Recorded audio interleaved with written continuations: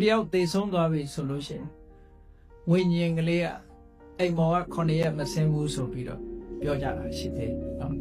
တိဘက်လူမျိုးတွေယုံကြည်တာကတော့49ရက်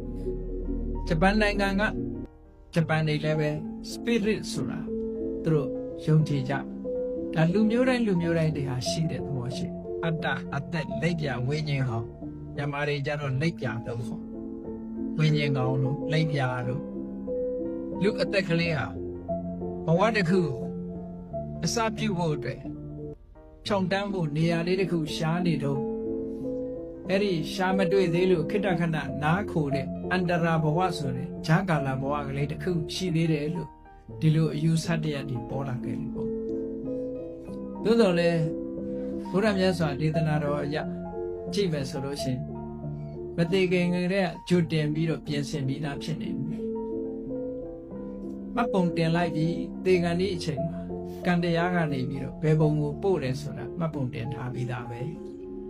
အဲ့ဒီပုံကလွဲချော်မှုမရှိဘဲနဲ့ရောက်သွားမှသိကြပါတယ်ဂျာကာလာဆိုတာမရှိပါဘူးဘဝတစ်ခုကဂျာကာလာဆိုတာမရှိဘူးလူဘဝကသေသွားလို့ပြိတ္တာဖြစ်ရင်လည်းပြိတ္တာ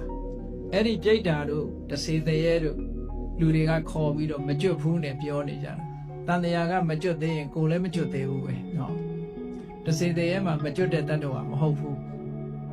အားလုံးဟာမကျွတ်တဲ့ပုဂ္ဂိုလ်တွေကြီးပဲသို့တော့အစွဲလန်းတစ်ခုကြောင့်ကိုမမြင်ရတဲ့ဘုံဘဝရောက်နေတာကြတော့ဝိညာဉ်လောကလို့လူတွေကခေါ်ကြမမြင်ရလို့ခေါ်တာပေါ့လူတွေမျက်စိနဲ့မမြင်ရတာတွေအများကြီးပဲပေါ့